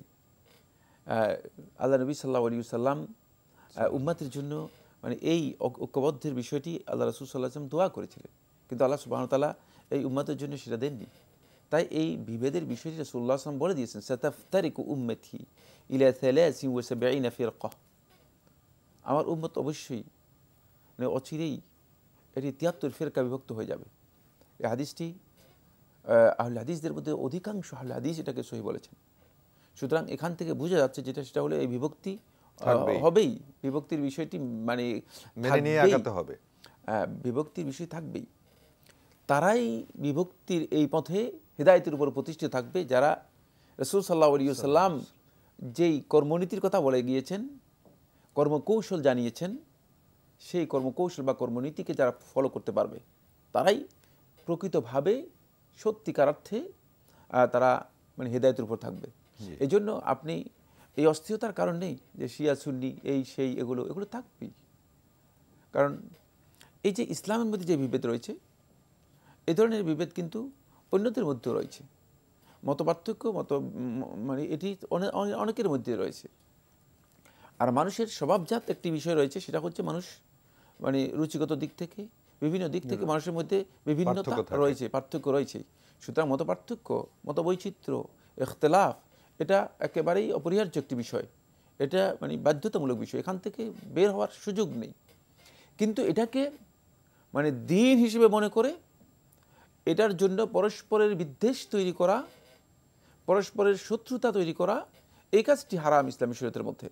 এখান থেকেই মূলত ফিরকাবন্দি তৈরি হয়েছে, এখান থেকেই ফিরকাবন্দি তৈরি হয়েছে। তাই এখানে যে বিষয়টি আমি বলবো সেটা হচ্ছে যে এই মত পার্থক্যের কারণে কেউ অস্থির হওয়ার কারণ নেই। এটা সকল মতের মধ্যে, সকল ধর্মের মধ্যে রয়েছে, এমনকি অন্যান্য ধর্মের মধ্যে রয়েছে। মানে অন্যান্য ধর্মের মধ্যে এই বিষয় মানে মত পার্থক্য রয়েছে। হয়তো আমরা সেই ধর্মগুলো চর্চা করি না, এই জন্য আমাদের সেটা জানা নেই। কিন্তু এই যে মানে মত পার্থক্যটি, এই ক্ষেত্রে আমাদের করণীয় কি সেটা রাসূলুল্লাহ সাল্লাল্লাহু আলাইহি ওয়াসাল্লাম বলে দিয়েছেন। সেটা হচ্ছে ফাআলাইকুম বিসুন্নতি ওয়া সুন্নাতিল খুলাফায়ে রাশিদিন আল মাহদিয়িন, তখন তোমরা আমার সুন্নাতকে এবং আমার খোলাফায়ে রাশিদিনের যে সুন্নাহ রয়েছে সেই সুন্নাহকে তোমরা আঁকড়ে ধরবে, মজবুত করে ধরবে। এই জন্য আমরা একটাই কর্মনীতি ফলো করব, সেটা হচ্ছে রাসূল সাল্লাল্লাহু আলাইহি ওয়াসাল্লামের সুন্নাহকে আমরা আঁকড়ে ধরবো। এক্ষেত্রে মানে কে কোন গ্রুপ হয়ে গেল এদিকে আমার তাকানোর কোনো প্রয়োজন নেই। যদি আমি সুন্নাহর সাথে থাকতে পারি, আমি মনে করব যে আমার সফলতা আমি নিশ্চিত করতে পেরেছি। জি জি, ফোন আছে দর্শক আপনার আরেকটি প্রশ্ন আছে, আমরা এই দর্শকের প্রশ্নটি নিয়ে আবার আসছি। জি, আসসালামু আলাইকুম, পরিচয় দিয়ে প্রশ্ন করুন দর্শক। ওয়ালাইকুম আসসালাম, আমি জামাল নেত্রকোনা থেকে বলতেছি। জি জি, তাবলিগ বইয়ের থেকে একটা পাইলাম যে সালাতি তাসবিহ নামাজটা কি সূর্য মাথার উপর থেকে যখন পশ্চিমে ঢলে যায় তখন পড়া উত্তম, এই ব্যাপারে লেখা পাইছি। আমি এই হিসাবে শুক্রবারের নামাজটা পড়ি, আমল করি আর কি প্রতি শুক্রবারই। মানে এইটা ঠিক আছে কিনা এটা জানার জন্য আপনার কাছে আমি প্রশ্ন করলাম। জি, সালাতুত তাসবিহ নামাজ শুক্রবার কখন, আমি পুরো বুঝতে পারি না, মানে এই যখন নাকি সূর্য মাথার উপর থেকে পশ্চিম দিকে ঢলে পড়ে জি তখন পড়া উত্তম, এটা লেখা আছে। তো এই হিসাবে আমি শুক্রবারের নামাজটা পড়ি, এই টাইমটা এবং পড়াটা কি ঠিক আছে কিনা এটা আমি জানার জন্য। ওকে, জি জি দর্শক, ঠিক আছে, আপনি আমাদের সঙ্গে থাকুন, আমরা আসছি। মোহতারামের আগের দর্শকের আরেকটি প্রশ্ন ছিল গুরুত্বপূর্ণ শিরক সম্পর্কে। উনি বলছেন ওনাদের এলাকা চট্টগ্রাম যে মাজার কেন্দ্রিক যে ধর্মীয় চর্চা, এবং উনি ইন্ডিয়া গেছেন, সেখানেও দেখছেন যে বিখ্যাত সব মাজার কেন্দ্রিক। জিজ্ঞেস করেছে তুমি কি মুসলিম, তুমি কি অমুক মাজারে গিয়েছিলা। এই যে ইসলামকে মাজার কেন্দ্রিকতার যে বিষয়টি, এটা যদি একটু সংক্ষেপে বলতেন। ধন্যবাদ, খুব ভাই এই ব্যাপারে গুরুত্বপূর্ণ প্রশ্ন করেছেন। প্রথম কথা হচ্ছে আসলে শিরক এবং বিদআত দুটি অত্যন্ত নিন্দিত, গর্হিত, নিষিদ্ধ বিষয় ইসলামের মধ্যে। রাসূলুল্লাহ সাল্লাল্লাহু আলাইহি ওয়াসাল্লাম একটি হাদিসে যথেষ্ট এটাকে নিকৃষ্ট বোঝার জন্য, ইন্না শাররাল উমুরি মুহদাসাতুহা, বিদআত হচ্ছে সবচেয়ে নিকৃষ্টতম কাজ দিনের মধ্যে। সুতরাং এই কথাই যথেষ্ট যে বিদআত থেকে মানুষ বিরত থাকার জন্য। তাই শিরক এবং বিদআত এর কেন্দ্র করে আপনি যে বলেছেন যে মাজার কেন্দ্রিক যেভাবে ইসলামকে তুলে ধরা হচ্ছে, এটা আসলে ইসলামের মূল যে চিন্তাধারা রয়েছে এর থেকে অনেক বিচ্যুত একটি চিন্তা। কারণ নবী সাল্লাল্লাহু আলাইহি ওয়াসাল্লাম উম্মুল মুমিনিন হাফসা রাদিয়াল্লাহু তাআলা বর্ণনা করেন, তিনি বলেন যে নবী সাল্লাল্লাহু আলাইহি ওয়াসাল্লাম মৃত্যুর 5 দিন আগে নবী সাল্লাল্লাহু আলাইহি ওয়াসাল্লাম কানা ইউহাদ্দিরু মা সানাউ, ইহুদি এবং খ্রিস্টানরা মানে যা কবর নিয়ে তাদের নবী এবং তাদের সৎকর্মশীলদের কবর নিয়ে তারা যা করেছে, এগুলোর ব্যাপারে রাসূল সাল্লাল্লাহু আলাইহি ওয়াসাল্লাম উম্মতকে রাসূল সাল্লাল্লাহু আলাইহি ওয়াসাল্লাম সতর্ক করতেছিলেন মৃত্যুর 5 দিন আগে, এবং বলতেছিলেন লাআনাল্লাহুল ইয়াহুদ ওয়ান নাসারা, আল্লাহ তাআলা অভিশাপ ইহুদি এবং খ্রিস্টানদের উপর হোক। ইত্তাখাযু কুবুর আম্বিয়াইহিম, তারা তাদের নবীদের কবরকে মাসাজিদ, মসজিদের সিজদার জায়গায় পরিণত করে নিয়েছে, মসজিদে পরিণত করে নিয়েছে। সুতরাং তাদের উপর লানত হোক। তারপর রাসূলুল্লাহ সাল্লাল্লাহু আলাইহি ওয়াসাল্লাম বলেছেন, আল্লাহ নবী সাল্লাল্লাহু আলাইহি ওয়াসাল্লাম লা তাজআলু কবরি ওয়াথানান ইউবাদ, যে আমার কবরকে তোমরাও অনুরূপভাবে প্রতিমায় পরিণত করো না, যে ইবাদত করা হবে। একেবারেই স্পষ্ট আল্লাহ নবী সাল্লাল্লাহু আলাইহি ওয়াসাল্লামের নির্দেশনা। সুতরাং যারা এই কবর পূজার সাথে জড়িত, মাজারি এই মানে সংস্কৃতির সাথে জড়িত, কোনো সন্দেহ নেই তারা এই আল্লাহ নবী সাল্লাল্লাহু আলাইহি ওয়াসাল্লাম এই দিক নির্দেশনা থেকে অনেক দূরে সরে গিয়েছেন। তাদেরকে সতর্কতা অবলম্বন করতে হবে। তাদেরকে রাসূল সাল্লাল্লাহু আলাইহি ওয়াসাল্লামের এই ইনস্ট্রাকশনটা অবশ্যই উপলব্ধি করার জন্য চেষ্টা করতে হবে, যেটি আল্লাহ নবী সাল্লাল্লাহু আলাইহি ওয়াসাল্লাম মৃত্যুর 5 দিন আগে বলেছেন, সহিহ বুখারী হাদিস সাব্যস্ত হয়েছে। তাই এখানে যে বিষয়টি খুবই গুরুত্বপূর্ণ সেটা হচ্ছে যে আমাদেরকে শয়তান মানে কোন পথে, শয়তান আমাদেরকে সরাসরি এসে যদি মূর্তি পূজা করার জন্য বলে, তাহলে আমরা মূর্তি পূজা করব না। করবেন কিনা? কেউ করবে না। এই জন্য শয়তান এই উপলক্ষগুলো আমাদের জন্য এই ধরনের উপলক্ষ তৈরি করেছে, এই ধরনের আনুষ্ঠানিকতা তৈরি করেছে। এই আনুষ্ঠানিকতার মধ্যে সবচেয়ে বেশি সাকসেস শয়তান যে কাজে হয়েছে, এটা আজকে সাকসেস হয়নি, এটা নূহ আলাইহিস সালাতু ওয়াস সালামের সময় সাকসেস হয়েছে। কোরআন সাক্ষ্য দিয়েছে। সূরা নূহের মধ্যে দেখেন তাদের সৎকর্মশীলদের 5 জনের নাম আল্লাহ সুবহানাহু ওয়া তাআলা কোরআনে কারিমে সূরা নূহের মধ্যে উল্লেখ করেছেন। তাদের তখন থেকে মূর্তি তৈরি করে তারপরে তারা এগুলোর পূজা শুরু করে দিয়েছে। ফলে এইভাবেই মূলত সৎকর্মশীলদের ভালোবাসার দোহাই দিয়েই এই মুসলিম উম্মার মধ্যে শয়তান এই শিরককে সবচেয়ে বেশি প্রমোট করতে পেরেছে। এখানে সতর্কতা অবলম্বন করতে হবে, এটি শিরকি সংস্কৃতি, ইসলামী সংস্কৃতির সাথে কোনো সম্পর্ক তাওহীদের সাথে সামান্যতম কোনো মিল নেই। সুতরাং কোনো ব্যক্তি যদি এখানে যায় এবং এই ধরনের একটা সংস্কৃতির সাথে নিজেকে, তাহলে তিনি ইসলাম থেকে সরে যাবেন, ইসলাম থেকে বেরিয়ে যাবেন। যেভাবে আল্লাহ নবী সাল্লাল্লাহু আলাইহি ওয়াসাল্লাম উদাহরণ দিয়ে বলেছেন, কামা ইয়ামরুকুস সাহমু মিনার রামিয়া, যেমনিভাবে ধনুক থেকে তীর বেরিয়ে যায় ঠিক তেমনিভাবে বেরিয়ে যাবে। ইসলামের সাথে তার সামান্যতম কোনো সম্পর্ক থাকবে না, সামান্যতম কোনো সম্পর্ক থাকবে না। প্রসঙ্গত আমি ভাইকে বলতে চাই, তিনি যে ইন্ডিয়ার কথা বলেছেন, তিনি হয়তো যে জায়গায় গিয়েছেন আর সেখানেই তিনি এটা দেখেছেন, কিন্তু আমি মানে অনেক জায়গায় গিয়েছি।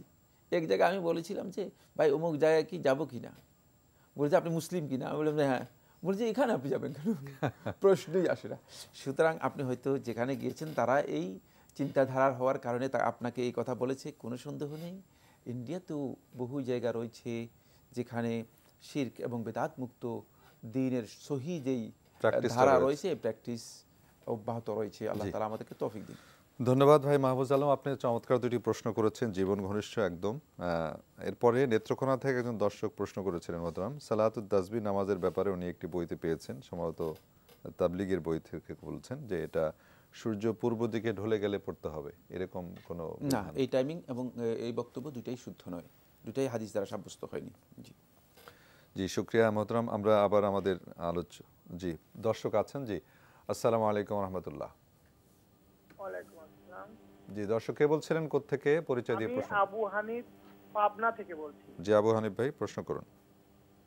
আমি আবু হানিফ, পাবনা থেকে বলছি। জি জি, প্রশ্ন করুন হানিফ সাহেব। আমার প্রশ্ন হলো, নামাজের সময় যে রাফেল ইয়াদান করা এবং জোরে আমিন বলা, এটা যাবে কি? জি, এইটাই। আর কোনো প্রশ্ন আছে? না, আমার এই দুইটাই। জি জি জি, ধন্যবাদ দর্শক, আপনি অনেক মানে পুরনো একটি বিষয় বলেছেন, এটা তো একদম একটা জানা অনেকেরই, তারপরও মোহতারাম বলবেন নিঃসন্দেহে। জি, এই প্রশ্নের উত্তর দেওয়া আছে। রফুল ইয়াদাইন এবং জোরে আমিন বলা দুটি সহিহ সুন্নাহ দ্বারা সাব্যস্ত হয়েছে, রাসূলুল্লাহ সাল্লাল্লাহু আলাইহি ওয়াসাল্লামের আমল প্রমাণিত হয়েছে। সুতরাং এটি যাবে কি নয়, বরং এটা হচ্ছে সুন্নাহ।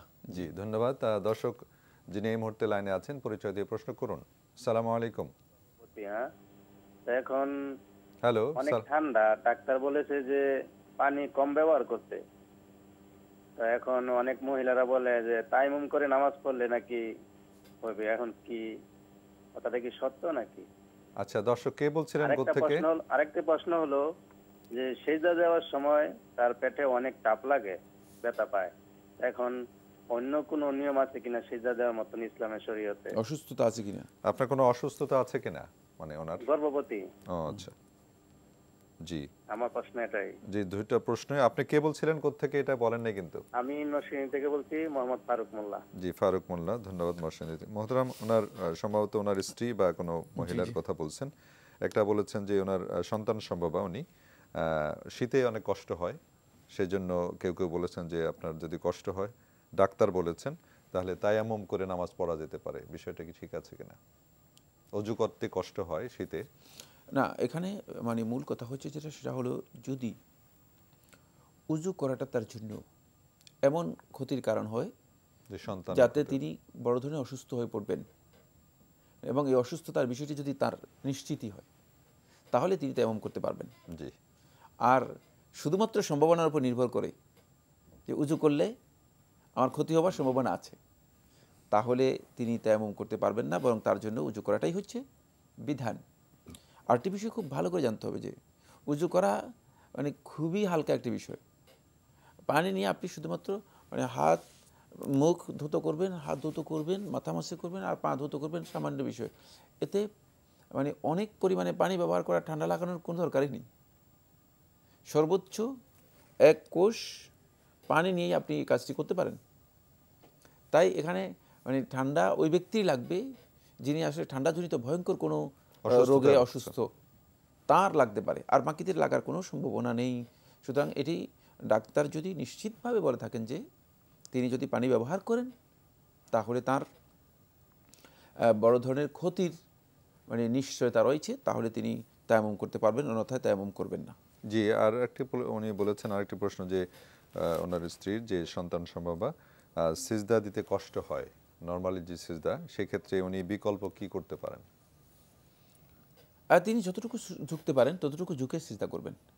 যদি তার পক্ষে কষ্ট হয়, সম্ভব না হয়, ততটুকু ঝুঁকেই তিনি সিজদা করবেন, এতে কোনো অসুবিধা নেই। কারণ আল্লাহ সুবহানাহু ওয়া তাআলা এই ধরনের ওজরের ক্ষেত্রে আল্লাহ রাব্বুল আলামিন বান্দাদেরকে ছাড় দিয়েছেন। লা ইউকাল্লিফুল্লাহু নাফসান ইল্লা উসআহা, মানুষের সাধ্যের বাইরে, আল্লাহ কোনো সামর্থ্যের বাইরে আল্লাহ সুবহানাহু ওয়া তাআলা মানুষদেরকে কষ্ট দেন না। জি, মোহতারাম সিজদাটা কিভাবে দেবেন উনি? মানে কি হাত সামনে রাখবেন নাকি উনি তো হাত সামনে রেখে ঝুঁকে তারপর সিজদা দিবেন। জি, আর যদি সম্ভব হয় জমিনে রেখে সিজদা দিবেন, আর যদি সম্ভব না হয় সামনের দিকে ঝুঁকে তারপর সিজদা দিবেন। জি। আসসালামু আলাইকুম দর্শক, যিনি আছেন পরিচয় দিয়ে প্রশ্ন করুন। হ্যালো, আসসালামু আলাইকুম। ওয়ালাইকুম আসসালাম। হ্যাঁ, হ্যালো, আমি আসিয়া বলছি। জি, প্রশ্ন করুন। ঢাকা থেকে। আমার ছেলেটা রাতে ঘুমের ভিতরে চিৎকার দেয়, এই জন্য আমি একটা হুজুর দেখাইছি, উনি আমাকে পানি পড়া এবং তাবিজ দিছে। এখন কি এটা ব্যবহার করা ঠিক হবে না বিদআত হয়ে যাবে? জি, ধন্যবাদ। আর কোনো প্রশ্ন আছে বোন আপনার? না, আর কোনো প্রশ্ন নেই। ওকে, ধন্যবাদ। মোহতারাম প্রশ্ন পেয়েছেন নিঃসন্দেহে? প্রশ্ন পেয়েছি। প্রথম কথা হচ্ছে একজন হুজুরকে দেখিয়েছেন, হুজুর এটার জন্য তাবিজ দিয়েছেন। হুজুরকে বলেন যদি কোরআন এবং হাদিসের কোনো মানে বিষয় হয়ে থাকে তাহলে তিনি যেন আপনাকে পানি পড়া অথবা তৈল পড়া দেয়, যেটি আপনি ব্যবহার করবেন, অথবা তিনি ফু দিবেন, কিন্তু তাবিজ না। তাবিজ গ্রহণ করতে পারবেন না। তাবিজ দেওয়াটি শিরক, এটা বেদাত হবে না, এটা শিরক হয়ে যাবে। সুতরাং তাবিজ পরিহার করে হুজুরকে বলুন যদি কোরআন হাদিস থেকে আপনি কোনো বিষয় দিয়ে থাকেন তাহলে আপনি অবশ্যই আমাকে মানে এই পদ্ধতি দিন যেটি শিরকের মধ্যে আমি কোনোভাবেই লিপ্ত না হই। আর যদি মনে করেন যে তিনি শিরকি কাজের সাথে জড়িত রয়েছেন, উত্তম হচ্ছে যিনি শিরক করেন না এই ধরনের কোনো ব্যক্তির কাছে যাওয়া, তাহলে হয়তো আপনি এর মাধ্যমে উপকৃত হতে পারবেন। যেহেতু আপনার জিজ্ঞাসা অনুষ্ঠানে দর্শক এই মুহূর্তে যিনি আছেন আমাদের সঙ্গে পরিচয় দিয়ে প্রশ্ন করুন। আসসালামু আলাইকুম। হ্যালো,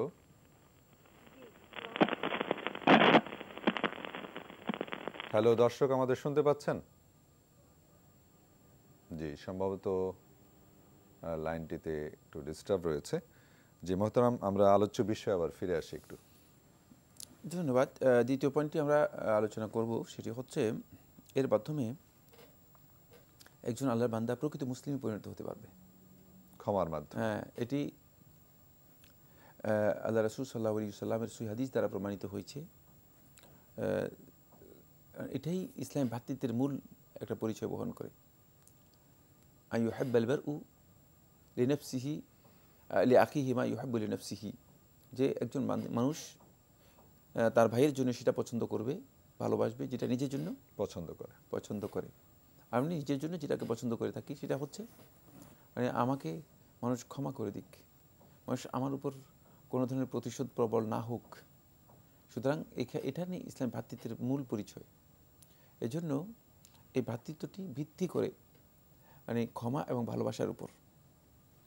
ফলে যাদের সাথে শত্রুতা কোনো কারণে তৈরি হয়ে গিয়েছে মানে তাদেরকেও যদি ক্ষমা করে দেওয়া হয় তাহলে তারা শত্রুতা থেকে বন্ধুত্বে মানে চলে আসে।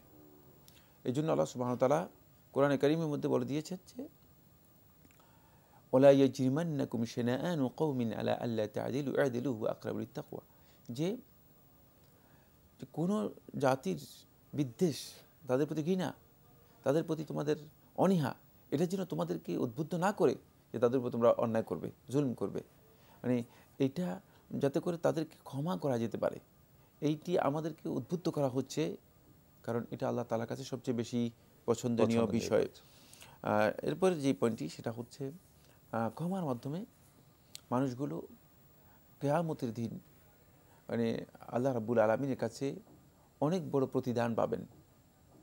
সহিহ মুসলিমের হাদিসের মধ্যে রাসূলুল্লাহ সাল্লাল্লাহু আলাইহি ওয়াসাল্লাম বলেন, বান্দা যখন কোনো কাউকে ক্ষমা করে দেয়, যখন এই ক্ষমার এই বৈশিষ্ট্যটা নিজের জন্য গ্রহণ করে, তখন আল্লাহ সুবহানাহু ওয়া তাআলা তার ইজ্জত মর্যাদাকে আল্লাহ রাব্বুল আলামিন বুলন্দ করে দেন, উঠিয়ে দেন। সুতরাং এই মর্যাদা তিনি ক্ষমার মাধ্যমে অর্জন করতে সক্ষম হবে। জি দর্শক, আসসালামু আলাইকুম, পরিচয় দিয়ে প্রশ্ন করুন।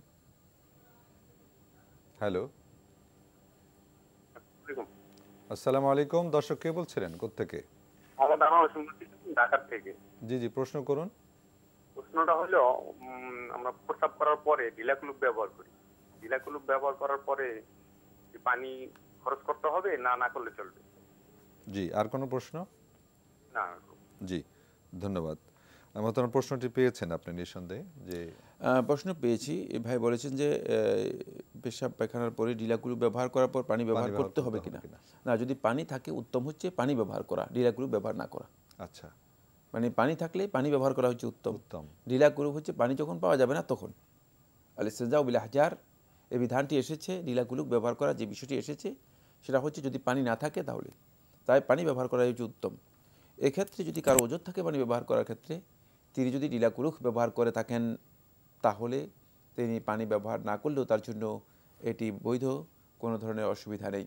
তবে এর জন্য ঢিলাকুলুকের ক্ষেত্রে যেটি অপরিহার্য সেটা হচ্ছে অবশ্যই আন্নাকাহ হতে হবে। সেটা হলো নাপাকি, অপবিত্র বস্তু পরিপূর্ণরূপে দূর হতে হবে, এমনভাবে ব্যবহার করতে হবে। জি, ধন্যবাদ। সরি দর্শক, আপনি যে প্রশ্ন করেছেন আশা করছি আপনার প্রশ্নের উত্তর পেয়েছেন। মোহতারাম, আমরা যে আলোচনায় ছিলাম ক্ষমা প্রসঙ্গে যে পয়েন্টগুলো আপনি বলছিলেন, এরপরে যে বিষয়টি আমরা বলবো সেটা হচ্ছে ক্ষমা। আল্লাহ সুবহানাহু ওয়া তাআলা ক্ষমার মাধ্যমে যেভাবে মর্যাদা বৃদ্ধি করে থাকেন সেভাবে বান্দাগণ কিয়ামতের দিন আল্লাহ রাব্বুল আলামিনের কাছে এর জন্য মহাপ্রতিদান লাভ করতে পারবেন। তাই আমরা দেখতে পাই যে রাসূলুল্লাহ সাল্লাল্লাহু আলাইহি ওয়াসাল্লাম সাহাবায়ে কেরামদেরকে উদ্বুদ্ধ করেছেন, উৎসাহিত করেছেন। আল্লাহ নবী সাল্লাল্লাহু আলাইহি ওয়াসাল্লাম সাহাবায়ে কেরামগণ এইভাবেই অনুপ্রাণিত হয়েছেন। ফলে এক সাহাবীর জান্নাতের সুসংবাদ তিনি লাভ করেছেন এই কারণে।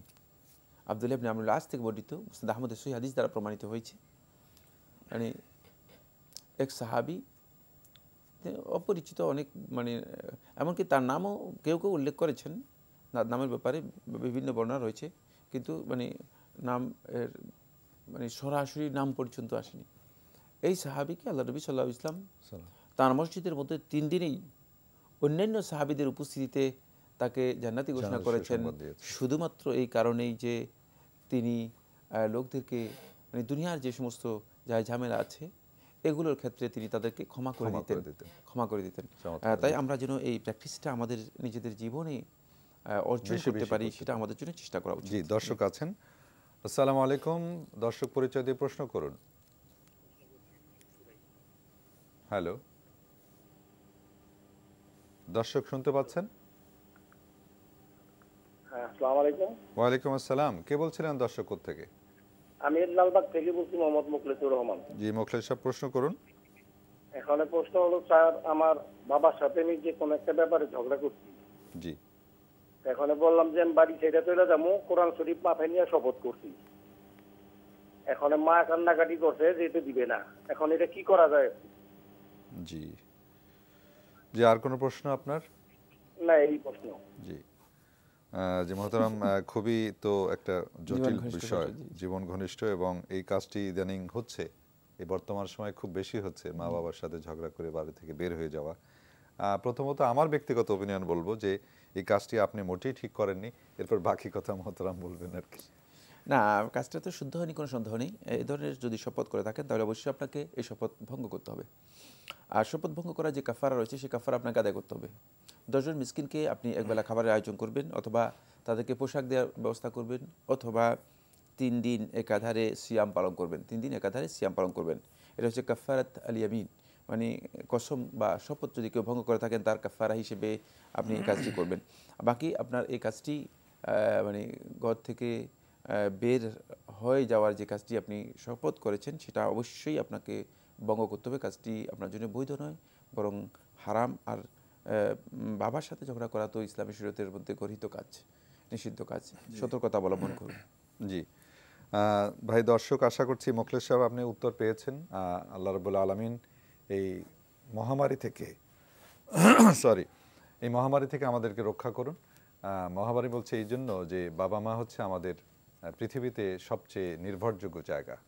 তো যাদের ছেলে আমরা পৃথিবীতে আসলাম, তাদের সাথে যদি আমরা খারাপ আচরণ করি নিঃসন্দেহে এটা তাদেরকে অনেক কষ্ট দেয়। তো এই জন্য আপনি তো নিশ্চয়ই বাবা হয়েছেন বা হবেন, এর ফল কিন্তু আমরা তখনই হয়তো ভোগ করব। তো আল্লাহ রাব্বুল আলামিন আমাদের থেকে এর থেকে হেফাজত করুন। দর্শক এই মুহূর্তে যিনি লাইনে আছেন পরিচয় দিয়ে প্রশ্ন করুন। হ্যালো, জি আসসালামু আলাইকুম। ওয়ালাইকুম আসসালাম। মোহাম্মদ ইব্রাহিম বলছিলাম। জি ইব্রাহিম, কোত্থেকে ভাই? চিটাগাং থেকে। জি জি, প্রশ্ন করুন। জি, আমার প্রশ্ন হচ্ছে কি, এই যে আমাদের দেশে কোরআনে খতম, তারপরে কোরআনে খতমে বুখারী, তারপরে খতমে দুরূদ শরীফ, তারপরে আপনার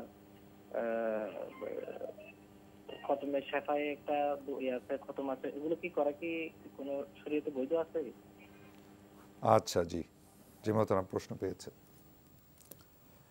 প্রশ্ন পেয়েছি এবং হতবাকও হয়েছি। সেটা হচ্ছে এই যে ভাই কোরআন খতম আর এর সাথে খতমে বুখারী, খতমে কাজেগান, খতমে পাঞ্জেগান, তার খতমে ইউনুস, খতমে জালালি ইত্যাদি এগুলোকে একসাথে করেছেন। দেখেন মানে কোথায় গিয়ে মুসলিমরা আমরা ঠেকেছি। মানে ইসলামের জ্ঞান না থাকার কারণে কোন জায়গায় গিয়ে আমরা ঠেকে গিয়েছি যে কোরআনের খতমের সাথে এটাকে যোগ করেছেন। প্রথমে এটা ভয়ঙ্কর একটা মানে অন্যায় করেছেন। কোরআন খতম করা হচ্ছে ইবাদত, এটি একটা আল্লাহর পক্ষ থেকে কোরআন তিলাওয়াত করার নির্দেশ দেওয়া রয়েছে। কোরআন খতম করা সাহাবাই কেরামদের আমল দ্বারা প্রমাণিত হয়েছে। সুতরাং কোরআন খতম করাটা প্রত্যেকের জন্য একটি ইবাদত। আর এর সাথে আপনি খতমে বুখারী প্রশ্নই আসে না। ইমাম বুখারী রহমতুল্লাহ বুখারী শরীফ লিখেছেন, তিনি যে মানে সহিহ বুখারী লিখেছেন, এটা সর্বশেষ তার মৃত্যু হয়েছে 256 হিজরি। মানে সুতরাং এই খতমে বুখারীর এটা এই মানে আবিষ্কারই হয়েছে অল্প কিছুদিন আগে। এটার সাথে আপনি কোরআন খতমকে একসাথে করে নিয়ে আসা, এটা জঘন্যতম একটা অপরাধ করেছেন, বুঝে নিন। মানে একসাথে সব ঢালাওভাবে নিয়ে আসে মানে প্রশ্ন করাটা, এই কাজটা শুদ্ধ হয়নি। 2 নম্বর যে বিষয়টি সেটা হলো আপনি যে খতমগুলোর কথা উল্লেখ করেছেন, খতমে বুখারী, খতমে খাজেগান, খতমে জালালি ইত্যাদি ইত্যাদি, মানে খতমে শিফা, এগুলো রাসূল সাল্লাল্লাহু আলাইহি ওয়াসাল্লামের কোনো হাদিস দ্বারা সাব্যস্ত হয়নি। জি, এগুলো কোনো ইবাদত হিসেবে যদি কেউ করে থাকেন তিনি অবশ্যই বেদাত করেছেন, অবশ্যই তিনি গুনাহগার হবেন, অবশ্যই তার এই কাজটি হারাম হবে, অবশ্যই এই কাজটি হারাম হবে। সুতরাং খতমে বুখারী নামে যেই সমস্ত কাজগুলো আমাদের সমাজের মধ্যে প্রচলিত রয়েছে এগুলোর কোনো ভিত্তি কোথাও নেই, প্রশ্নই আসে না। ইবাদত যদি এভাবে আমরা নিজেরা তৈরি করা শুরু করে দিই, ইবাদতের ভিত্তি হচ্ছে দলিল থাকতে হবে। সওয়াবের জন্য কোনো আমল যদি করতে হয় অবশ্যই তার জন্য দলিল থাকতে হবে, কোরআন এবং সুন্নাহ থেকে দলিল থাকতে হবে, অথবা সর্বনিম্ন সালাফদের সাহাবায়ে কেরামদের আমল প্রমাণিত হতে হবে। যদি তা আমাদের কাছে না থাকে তাহলে সেই ইবাদতের কোনো মর্যাদা নেই, বরং সেই ইবাদতটি হারাম কাজ হবে। এভাবে যে ইবাদত যদি কেউ নিজে আবিষ্কার করে থাকেন তিনি বেদাত করলেন, ফাহুরাদ, সেটা প্রত্যাখ্যাত, সেটা ইসলামী শরীয়তের মধ্যে গ্রহণযোগ্য হবে না। এখানে একটি কথা তারপরে বলবো, সেটা হচ্ছে খতমে কোরআন যেটা, এইটি কি আসলে? খতমে কোরআনের মধ্যে মানে এটি ইবাদত, কিন্তু ইবাদতটাকে শয়তান একটা আমাদেরকে একটা ডেভিয়েশনে নিয়ে গেছে। শয়তান এখানে গিয়ে আমাদেরকে অনেকটা মানে বিচ্যুত করে দিয়েছে। সেই বিচ্যুতিটা হচ্ছে এই জায়গায় যে কোরআন খতম করব ব্যক্তিগত ইবাদত, আমি কোরআন তেলাওয়াত করে কোরআন খতম করব, এটা ব্যক্তিগত ইবাদত। কিন্তু শয়তান এটাকে মানে ব্যক্তিগত ইবাদতটাকে এমনভাবে ভাগ করে দিয়েছে যে 10 জন 20 জন আলেম দিয়ে মানে একজনে 2 পারা একজনে 1 পারা করে পড়েন, তারপরে আর কারোই খতম হয় নাই। একটা আনুষ্ঠানিকতা বলেন, এতে কারোই খতম হয় নাই। 2 নম্বর হচ্ছে এই পদ্ধতিতে বাড়াটে লোকের মাধ্যমে কোরআন খতম করানোর পদ্ধতি সাহাবায়ে কেরামদের যুগেও কখনো ছিল না, কোনো যুগেই ছিল না। সুতরাং এই কাজটি এই পদ্ধতিতে করার শরঈ কোনো বিধান নেই, কিন্তু কোরআন খতম করাটা ইবাদত, খেয়াল রাখতে হবে। মানে এই পদ্ধতি যেটা রয়েছে সেটা কোনো সময় সাহাবায়ে কেরামদের সময় ছিল না, ফলে এখানে কিন্তু কোরআন খতমই হয়নি। জি, কারণ কেউ তো আসলে পরিপূর্ণ খতম করে নাই। সম্ভবত দর্শক এই প্রসঙ্গটাই বলতে চাচ্ছিলেন, এক পারা পড়লে তিনি কোরআন খতম করেন নাই। 2 নম্বর যেটা সেটা হচ্ছে খেয়াল রাখতে হবে যেটা এখানে বাড়াটিয়া লোক দিয়ে খতম করানোর ইসলামী পদ্ধতি নয়। জি। আর 3 নম্বর যে বিষয়টি সেটা হলো শুধুমাত্র কোরআন তিলাওয়াত করে খতম করে মানে এর মাধ্যমে টাকা গ্রহণ করাও হারাম, আর এর জন্য লোকদেরকে ভাড়া করাও হারাম, কারণ ইবাদতের জন্য মানুষদেরকে ভাড়া করা জায়েজ। জি জি, আশা করছি ভাই ইব্রাহিম আপনার এই প্রশ্নের মাধ্যমে আমাদের সম্মানিত দর্শক শ্রোতা যারা রয়েছেন সবাই এই বিষয়টি অবহিত হলেন এবং আমরা এই জিনিসটি বাস্তব জীবনে যেন আমল করতে পারি, আল্লাহ তৌফিক দান করুন। দর্শক এই মুহূর্তে যিনি আছেন পরিচয় দিয়ে প্রশ্ন করুন। আসসালামু আলাইকুম। ওয়ালাইকুম আসসালাম ওয়া রাহমাতুল্লাহ। কে বলছেন ভাইয়া? আমি গাজীপুর থেকে আলমগীর। আলমগীর ভাই প্রশ্ন করুন। প্রশ্ন হলো হুজুর, আমার প্রশ্ন হলো ক্ষমা নিয়ে আলোচনা হইতেছে, মানে কোন কোন বিষয়ে ক্ষমা করব, আর অন্যায়ের প্রতিবাদ করা এটা আর ক্ষমা করা, এই দুইটার মধ্যে একটু বিস্তারিত। আচ্ছা আচ্ছা, যে আপনি তো আলোচনা যদি প্রথম থেকে শুনে থাকতেন এই প্রশ্ন হয়তো আসতো না, যে মোহতারাম একটু বলতেন যদি সংক্ষেপে অন্যায়ের প্রতিবাদ এবং ক্ষমা। আমি বুঝতে পেরেছি।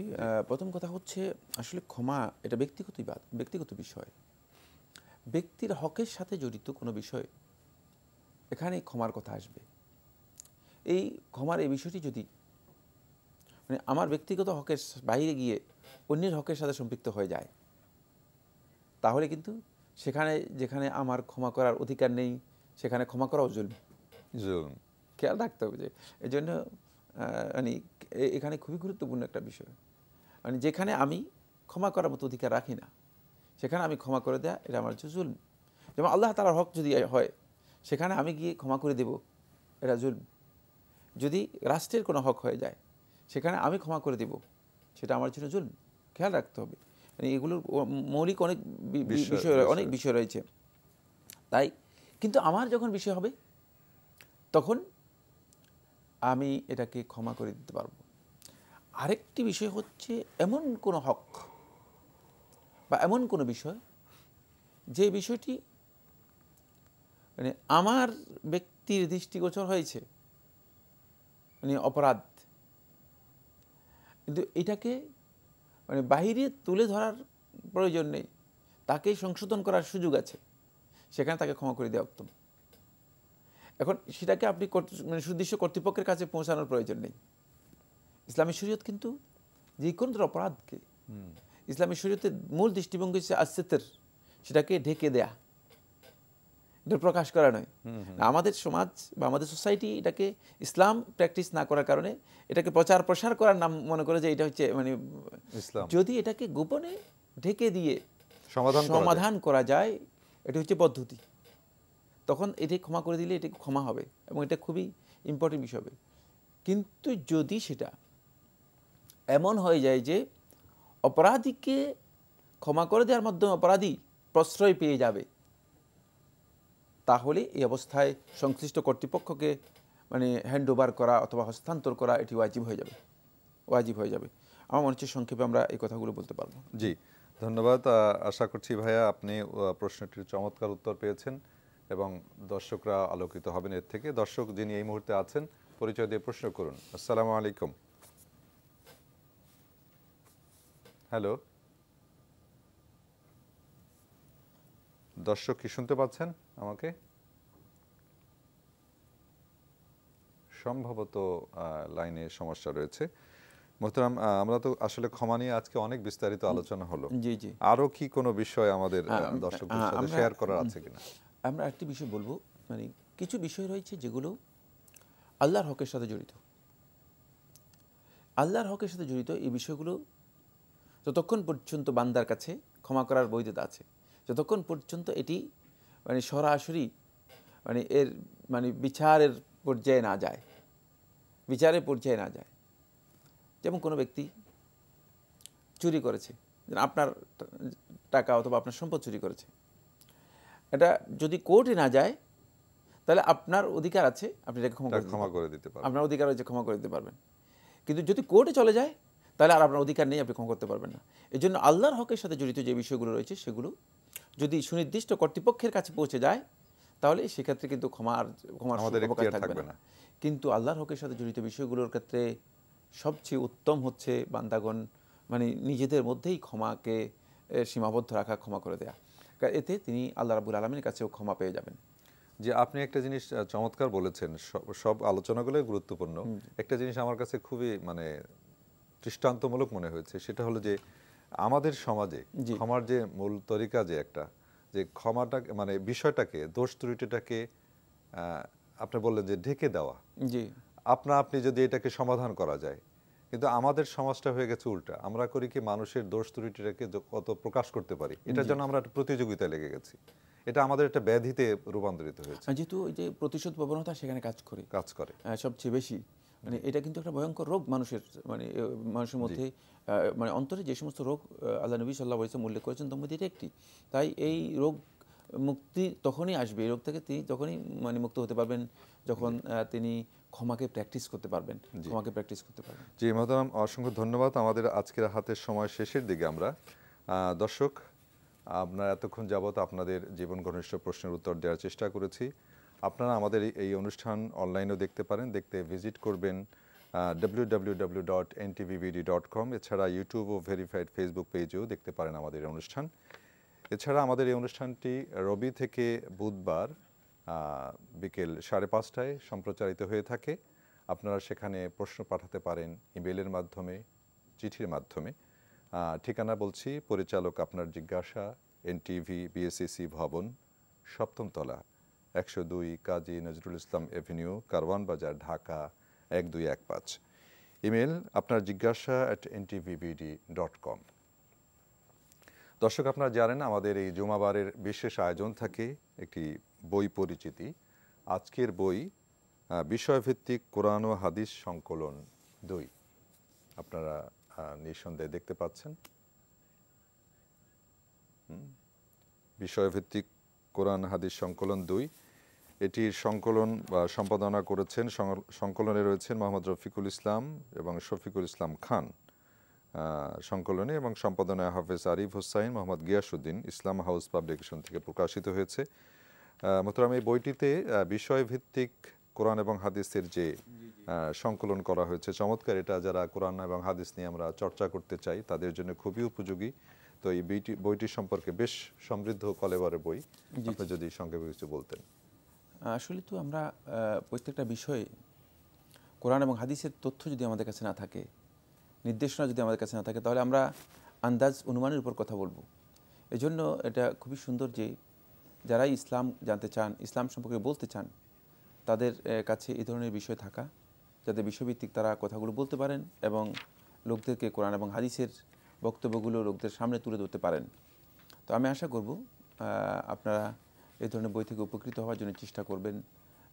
ইদানিং এই ধরনের বিষয়গুলো আমাদেরকে জ্ঞানকে আমাদের খুব মানে কাছে, একেবারে কাছে নিয়ে এসেছে। মানে অনেকটা বলা যেতে পারে যে মানে আমাদের জন্য মানে মানে তৈরি করে, মানে মেক ফুড যেগুলো আছে এগুলোর মতো করে আমাদেরকে জ্ঞানকে দিচ্ছে। এটা আল্লাহ তাআলার সবচেয়ে বড় মেহেরবানি। তারপরেও যারা আমরা জ্ঞান সমৃদ্ধ হতে পারিনি তারা সত্যিকার অর্থেই নিন্দিত হব, কোনো সন্দেহ নেই। জি জি, অসংখ্য ধন্যবাদ মহতারাম, আপনি সংক্ষেপে অনেক গুরুত্বপূর্ণ কথা বলেছেন। দর্শক শ্রোতা, আপনারা যারা এই বইটি সংগ্রহ করতে চান, নারী প্রকাশনী থেকে বইটি প্রকাশিত হয়েছে, কম্পিউটার মার্কেট, বাংলা বাজার, ঢাকা। আপনার ফোন নম্বর রয়েছে 01715768209। এই নাম্বারে যোগাযোগ করে আপনারা বইটি সংগ্রহ করতে পারেন। ইসলাম হাউস থেকে এটা মেইল নম্বরও দেওয়া আছে এখানে, আপনারা এই ফোন নম্বরে যোগাযোগ করে পাবেন। মোহতারাম, আজকে যে জীবন ঘনিষ্ঠ বিষয় আপনি আলোচনা করেছেন, ক্ষমা, অনেক মূল্যবান আলোচনা করেছেন। আশা করছি আমাদের দর্শক শ্রোতারা এ থেকে আলোকিত হবেন। আপনাকে অসংখ্য ধন্যবাদ। জাযাকাল্লাহু খায়রান। আপনাকে অসংখ্য ধন্যবাদ। জাযাকুমুল্লাহু খায়রান। শুকরিয়া। দর্শক শ্রোতা, এতক্ষণ যাবত আপনাদের জীবন ঘনিষ্ঠ প্রশ্নের উত্তর এবং আমরা একটি বইয়ের আলোচনা করলাম সংক্ষেপে। আজকের আলোচনায় যে বিষয়টি বিশেষভাবে বারবার ঘুরে ঘুরে আসছে, ক্ষমা। আল্লাহ রাব্বুল আলামিনের সবচেয়ে প্রিয় পছন্দের কাজ, তিনি ক্ষমাকারী এবং তিনি ক্ষমাকে পছন্দ করেন। আসুন আমরা এই প্র্যাকটিস করি। আল্লাহ রাব্বুল আলামিনের বান্দা হিসেবে যদি আমরা আমাদের প্রিয়জনকে, আমার কাছের মানুষকে, আমার অধীনস্থকে, আমার পরিবারকে, আমার সন্তানকে যদি ক্ষমা করতে পারি, তাহলে দেখবেন আমাদের সমাজ, আমাদের পরিবার একটি স্বর্ণালী সমাজে পরিণত হবে। সেই প্রত্যাশা রেখে আপনাদের সবার এই কোভিড-19-এর মধ্যে আপনারা সবাই সুস্থ থাকুন এই কামনা করে আগামী অনুষ্ঠানে আবারও দেখা হবে এই প্রত্যাশা রেখে আজকের মতো বিদায় নিচ্ছি। আসসালামু আলাইকুম ওয়া রাহমাতুল্লাহি ওয়া বারাকাতুহু। আল্লাহ আমার রব, এই রবি আমার সব, দামে দামে তুন মনে তারি অনুভব। আল্লাহ আমার রব, এই রবি আমার সব।